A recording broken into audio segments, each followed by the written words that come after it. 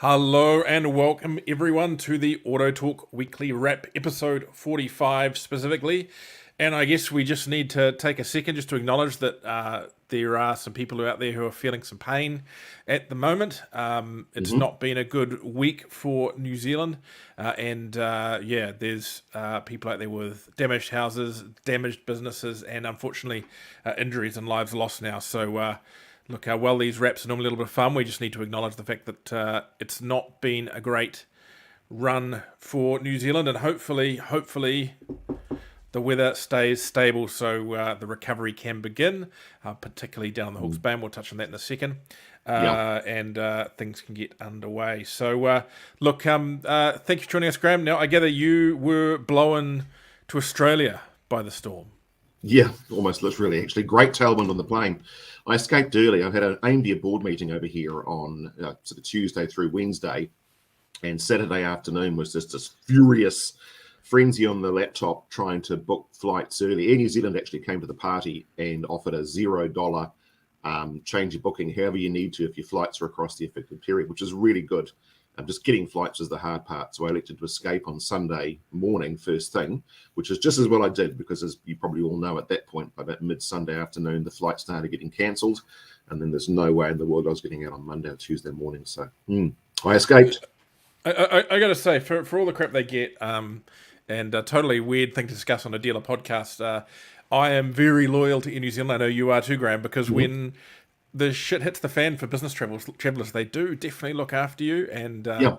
it helps. Well, I think it's quite relevant to the show because as an industry, we travel a lot. You think about it from the old days of heading up to Japan, but the OEM, the distributors and others, you're constantly traveling around the globe talking to your people. And if you've got a good airline behind you in the things that you do, even if it's just regional travel to go and see your various businesses, it makes a huge difference. Imagine if you were in America, and I don't want to name an airline, but just pick an airline that you like in America, but you just hear constant stories of mismanagement and cancelled flights and planes breaking down and people not really caring. We're really lucky here in New Zealand, really lucky to have an airline like Air New Zealand that actually operates the way that it does, particularly when it comes to triage. Absolutely. So yes, look, now moving on. Let's jump into some news, and it is related to what we have been discussing. The Hawke's Bay, we've seen some massive devastation down there, and particularly at the dealerships. A lot of them are shut in, and they've been worried about their staff. And I guess the key thing is that when we've spoken to dealerships, their first kind of thing was we're trying to get hold of our staff.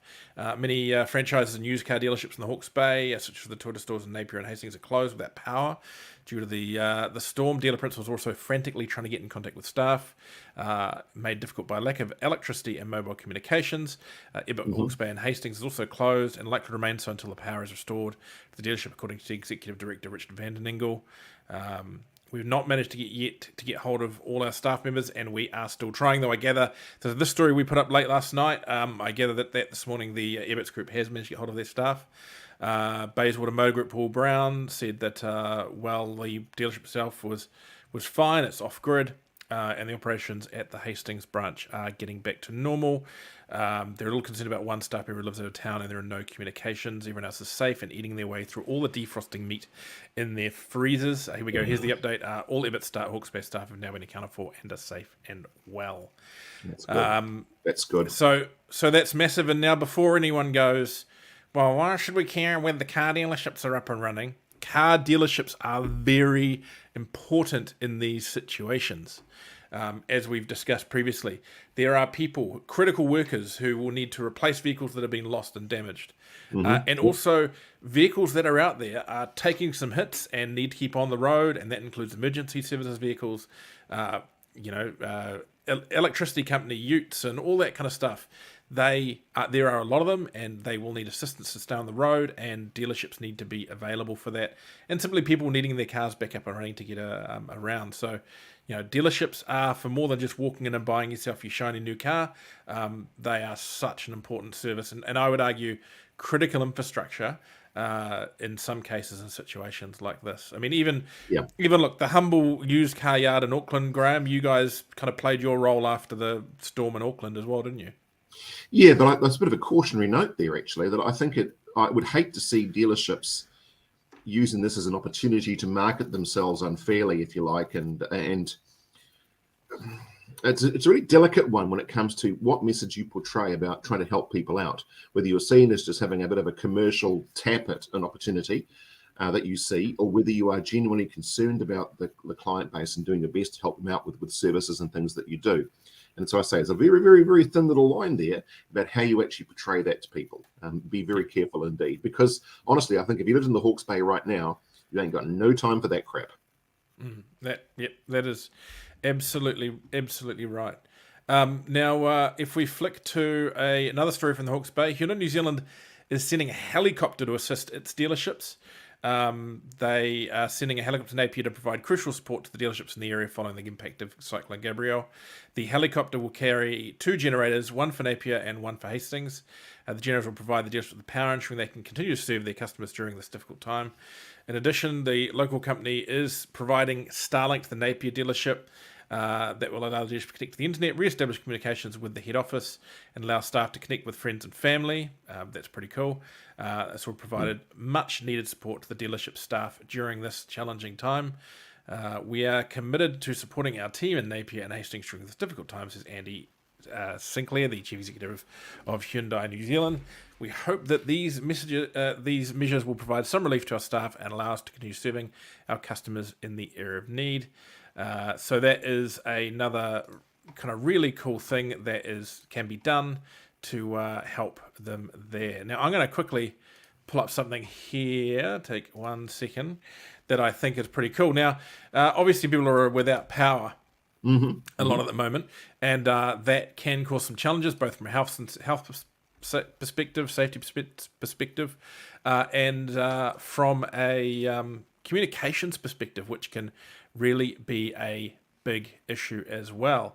Now, where I live and where I work from, where I'm sitting from at the moment, is up in Mangawhai. We're a little bit out of the way, and we lose power a lot, and particularly in the storms, we lost power for quite some time. And so we actually ran the house as such off our car. I knew you were going to say that. I'm just going to hang on. I was waiting for the story kick line. Yep, hang on. One would hope that then, therefore, Gisborne has, and I'm not making light of Gisborne's situation because it's absolutely must be just terrifying being there right now, like physically cut off at that extent. But one would hope there's a lot more EVs and particular EVs anyway in Gisborne than we might think. Yes. Well, so I'm gonna try and add this now to the stream, and we'll show this. The wonders of technology. Can you hear the audio from that, Graeme? I can't hear the audio, no. So this is our car parked in our garage. On that screen it showed we're discharging. There we have a V2L adapter, which has a cord going out the window to our water pump, because we're on tank water here. Oh, right. And then if you follow this cord down the hallway... You get the interior of Richard's house shots now. Past toddler mess and pugs having a nap. Sally's going to kill you. Hey, a couple of thousand people have already seen this online, so it doesn't matter. To a plug board in the kitchen. Yep. So from that plug board, we were then running the fridge, the air fryer, all sorts of other stuff. And then over here, this went through to our communications corner, and that allowed us to run the Wi-Fi. Because the phone networks were down at the time, Wi-Fi was the best way for us to have our phones working and have internet and so forth. And yeah, it was super handy. Now, I know a number of people around the country run their vehicles off this. I actually believe in some situations, Hyundai, BYD, Kia and others have actually supplied vehicles with V2L capabilities to people to use where they have medical devices or critical needs with keeping medicines refrigerated, that kind of thing. So it's cool to see what the car industry can do when they Interesting, isn't have it? a new technology like that. Yeah, it is. Actually, a good friend of mine who's remained nameless probably watches this show and holding his head to his hands right now. He was 3 days trapped, so no access in or out of his road, and no walking in and out really either. No power, so therefore no water, because his water is all based off electric pump. No phone, no internet, no nothing. And let's just say, I wouldn't say he's an EV convertee just yet, Richard. But we had a little bit of a chat about this because I could just suddenly, my eyes lit up and I thought there was a solution. Interesting, yep. Well, isn't it? Technology a solid 2.4 kilowatts out of the car. So yeah, well, some were sitting in darkness. We had our fridge running and we're watching The Last of Us on our 60-inch TV quite happily. Don't rub it in. We don't want to make light of the storm, but that was a little bit of an ember of hope, I think. But how many EV owners, particular EV owners, later model ones, know how to do this? So here's actually a little educational idea, I suppose, for the average EV owner these days is how much do you know about the capability of your car off the road? And what you can actually do and what you need to make that work. And it's too late now. So if you're in Gisborne and you're scratching your head and watching the show right now via your, I don't know how you're going to be watching the show with no power, but let's say you have, thinking, well, that would have been nice to know about a week before this happened. Yes. Yeah. I mean, I go back to a story I think I've told on here before. Is in Japan, if you buy a Mitsubishi Outlander or any other Mitsubishi EV, it's part of the sales process. So after the Tohoku earthquake, I think we've discussed this before. The system there, they had power missing for a long time, and they try and pull this up on the screen. It's not going to work. They set up these dealerships called the hyper energy stations. I'm trying to get it to work, but for some reason I'm having some tech issues here at the moment. And it basically in the dealership itself is set up with batteries and solar, so you can run things in an emergency. But Sure. But specifically, what they have is they have a mini apartment in the dealership where you can work out how many of your appliances you can run in your house off your Mitsubishi Outlander, which is pretty cool and pretty impressive, really. That's interesting, isn't it? Yeah. So maybe that's something that some people could start to consider as part of their sales process. Anyway, let's carry on. Let's leave the storm for a moment. Hopefully we can see me. I'm having a few tech issues here at the moment, so let's keep moving. First Chinese car claims the New Zealand Car of the Year. The BY80 Atto 3 has been named New Zealand Car of the Year by the New Zealand Motoring Riders Guild. The Guild understand it's a global first for the Build Your Dreams BYD brand as an affirmation of China's emergence as a powerhouse maker of electric cars. The compact 5-seater is the 35th winner of the annual award. Atto 3 has won category awards, including in this country, but our award appears to be the maiden national car prize for this model and for BYD, says Guild President Richard Bosselman. So yeah, that's a pretty impressive win for the BYD. You've been in my one, Graeme. Do you think it's a deserving car of the award? Well, I can't judge it against all the others as I haven't driven or been in all the others to sort of make any sort of particular comment, but against the Toyota Aqua perhaps. You know what, I've said it before, really, really impressive car, really impressive. And I'm an automotive petrol head, as you know, so it takes a lot to impress me these days in a vehicle like that. I'm sort of working on my emergence into new technology. But here's the thing, it wasn't just that the car was a really well put together EV in the sense of what it did on the road, but it was actually really comfortable. It's a really good place to be. And I suspect if BYD was just being handed out gongs for interior design and comfort and layout and how the car felt on the road and spaciousness, it probably still would have won. And the fact that it was just a really competent EV was just the icing on the cake. So look, well done. What it means for them in the future in terms of, long-term, as I keep saying, durability, reliability, long-term, I don't know. But as a product on the road today that you can buy today, I reckon that's actually a well-deserved win. It's nice, again, to have cars that are in that sort of sub $60,000, $70,000 bracket that people are actually buying, as opposed to some of the awards we see given out to, $150,000, $200,000 motor cars where, 1 in 10,000 Kiwis might even get a sniff at. So look, this is a good award and it's, I think, well-deserved to a good product. Exactly. It's that time again, Graeme. It's that time. I've been away, so I've missed out. I've missed out that time. I'll just get my popcorn and my Coke. Hang on a second. We've got two of them. No, no, not two. Undisclosed write-off costs a dealer nearly $55,000. Well, it didn't cost them that. It's the arbitrage. It's the difference, I guess. A Palmerston North used car dealership has been ordered to refund the purchase price, including insurance of $54,214 of a 2018 Kia Stinger to the buyer because it failed to disclose the car had previously been written off. Look, what can you say? Case closed, my lad. U-Cars Limited had earlier purchased the Kia Stinger at a damaged vehicle auction. So they really didn't know then at all. Yeah, the repairs were certified. They did not. The customer didn't ask, but the dealer was obligated to say. Yeah. Hang on, run that past me again. The customer didn't ask. Was the dealer obligated to say? So this, I gather that because I haven't read the story, I gather that the SIN card, the SIN notice, did not state it was a damaged vehicle or re-registered. Is that right? That's or right. Did it? Yep. I believe it. I believe it didn't. But It didn't. Don't hold me to that. I don't Right. have the notes in front of me, but I think if you're selling a damaged vehicle, you've just got to be really clear it's a damaged vehicle, or you're always going to end up in this thing. I suspect the tribunal, even if you had it on the SIN card, if you hadn't rubbed the SIN card in their face, they would probably still knock you for it. You've got to be so clear to a customer when you're selling a damaged vehicle. That's all there is to it.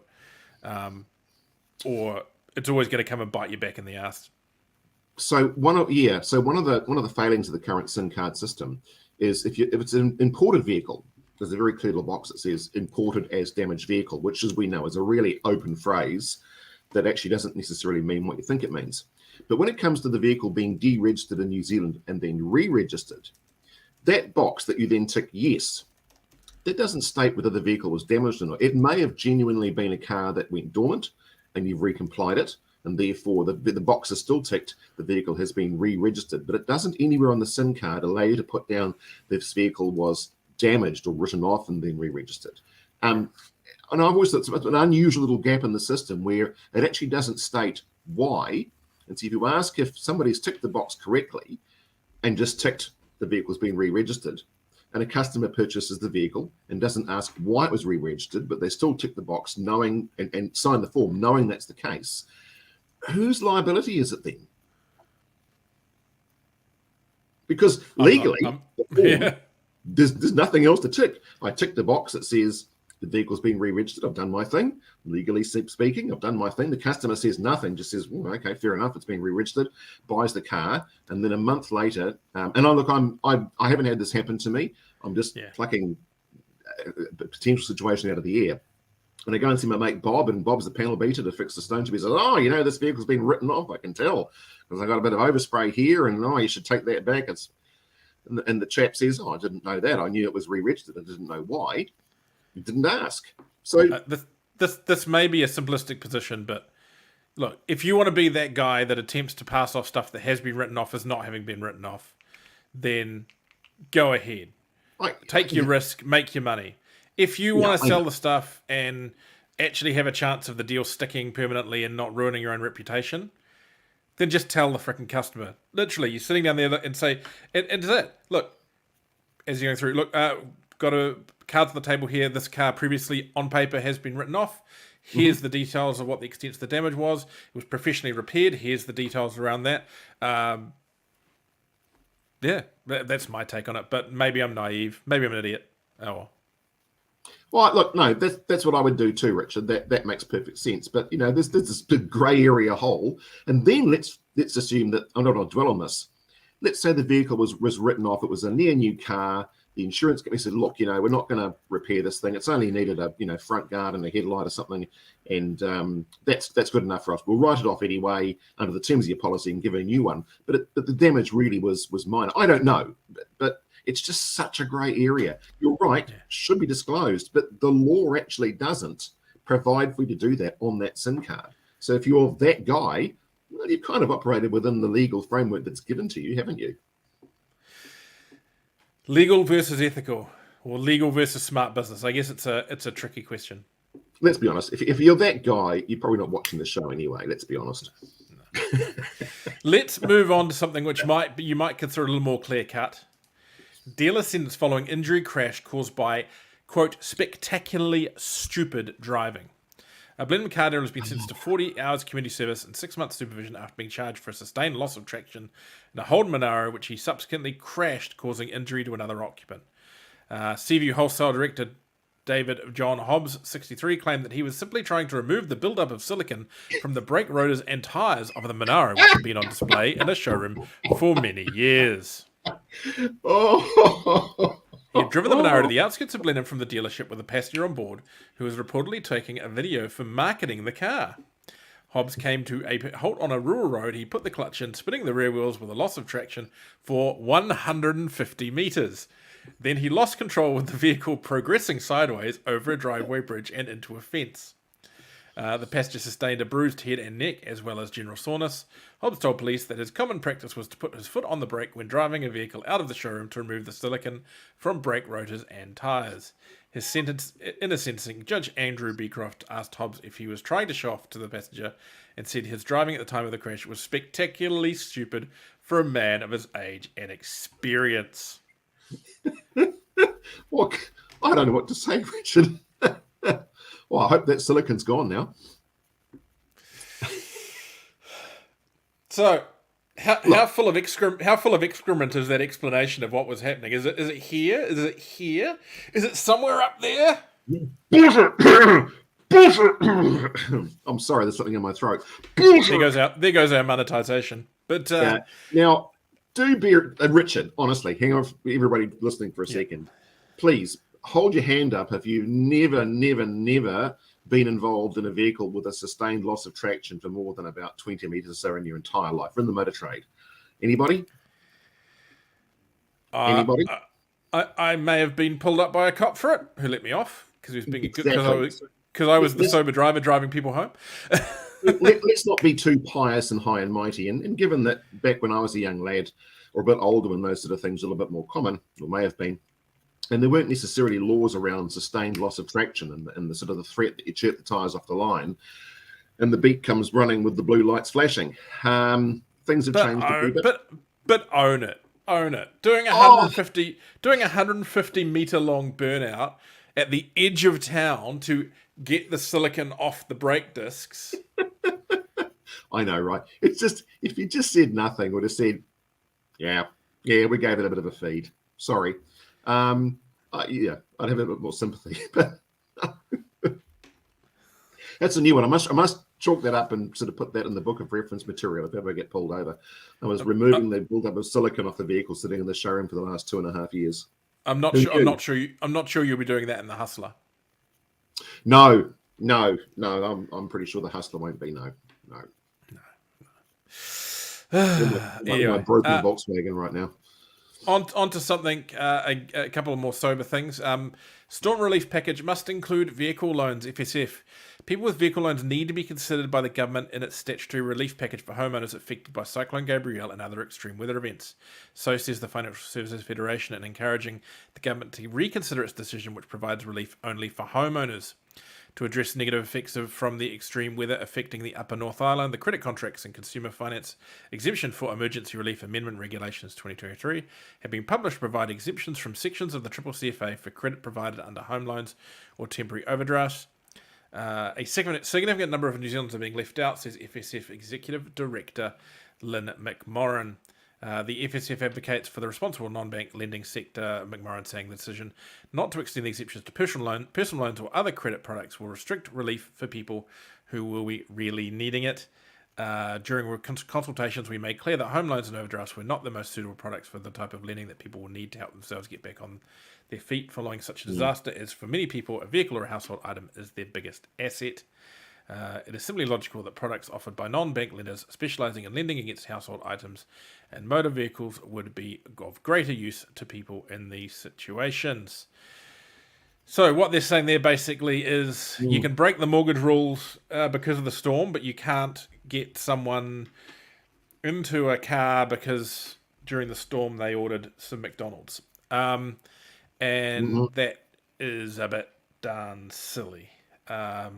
And again, just shows that the CCCFA still needs some work, and that New Zealand just seems to be obsessed with mortgages rather than actually the broader finance scene, I guess. I can't add anything to that. I think that's probably the story's cut and dried. Although I would argue and say that it's a difficult one. I can see it's sort of the slippery slope approach, where if you then do look at motor vehicles as being a specific item for this loan relief, if you like.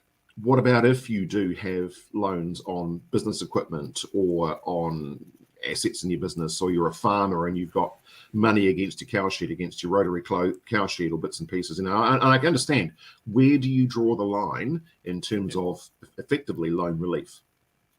Yeah. The other interesting thing to this is that there's been a lot of anti issues or sentiment from certain government groups and non-government organisations around added insurance products in these situations for vehicles, the payment protection, all this kind of stuff like that. Well, these are the situations where I sure as heck would want that. And so I think for all those organisations that have gone and said, this is all, they've used some rather nasty terms about some of these products. Well, go suck it, because if I had payment protection on a car loan and I was sitting in Hastings right now, I'd be pretty happy about having that in place, even if some wonk down in Wellington called it, valueless or pointless insurance. So that's my take on that one. I hadn't thought about that, actually. And I sort of first time I sort of thought about that. You are absolutely right.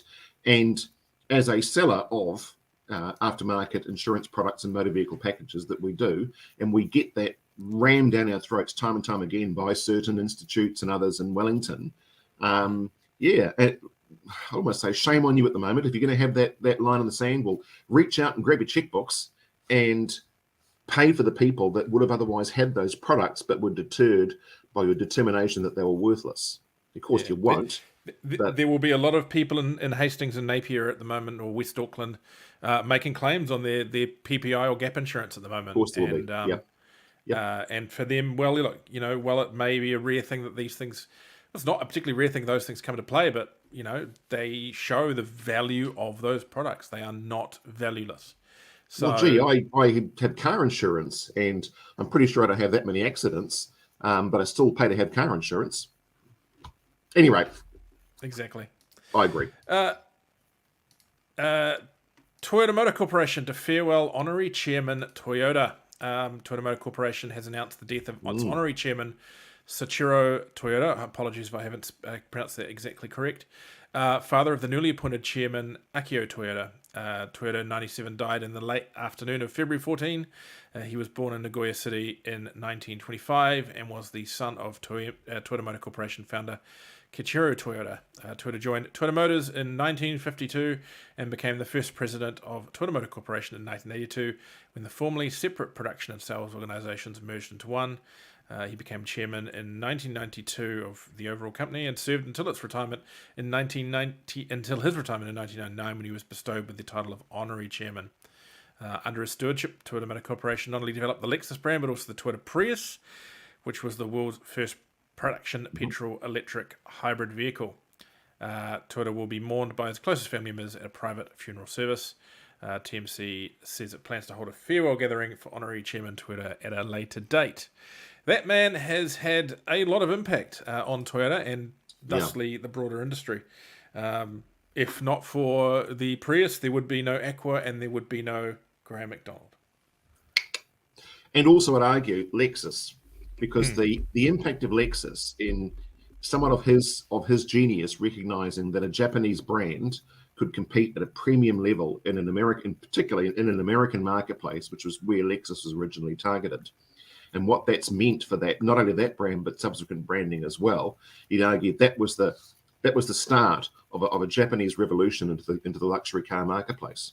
That was it. That was the beginning point. Yeah. And interesting to see that Lexus is going to be kind of leading Toyota's electrification efforts under the new chief executive that's come into play now. He's ex-Lexus, and he is very much stepping up their electrification plan. So interesting to watch Toyota in the near future. Anyone who thought that Toyota was running late on electrification, I've always had a feeling that they wouldn't be, and probably just a duck sitting there on the calm on the surface while paddling furiously underneath. And I suspect that they will very, very, very, very much accelerate into that space as they see right to do. Now we'll finish up today with just a reminder that the February issue of AutoTalk is out now. In this issue, we hear from the new chief executive of Too Cheap Cars, Paul Millward. We look at National Party's plans to work with the automotive industry and make changes to the legislation around the clean car standard if they become part of the next government. We look at Dame Fisher, who's taken over the role of head of retail and mobility for the Giltrap Group, and talk to Laurie Melatios, who has retired from Atico Group after 45 years in the trade, plus a whole lot more. So you can go to the AutoTalk website and find that, download it for free in digital form, or if you email the lovely Deborah at automediagroup.co.nz, she can sort you out a paper copy. So yeah, that's out now to download. Hopefully you've had a read, Graeme. Well, I wrote some of it, so yeah, I did. Yeah. Of course, there's a great column there from Graeme. Absolutely. And I'll just note that we remain on a lovely, glossy, high-quality stock paper. For those who do want to read AutoTalk in paper form, not digital form, it's still a lovely feeling magazine. Just saying. Top tip from Graeme too. Pop it in your if you're a dealer or you're a distributor, get a couple of copies and pop them in the reading material in your staff bathroom. Why read the old car trade magazine when you're taking time for number fives? It's nothing like informed staff, right? Exactly. Right, look, thank you so much for joining us, Graeme, and we will catch everyone next week on the AutoTalk Weekly Wrap.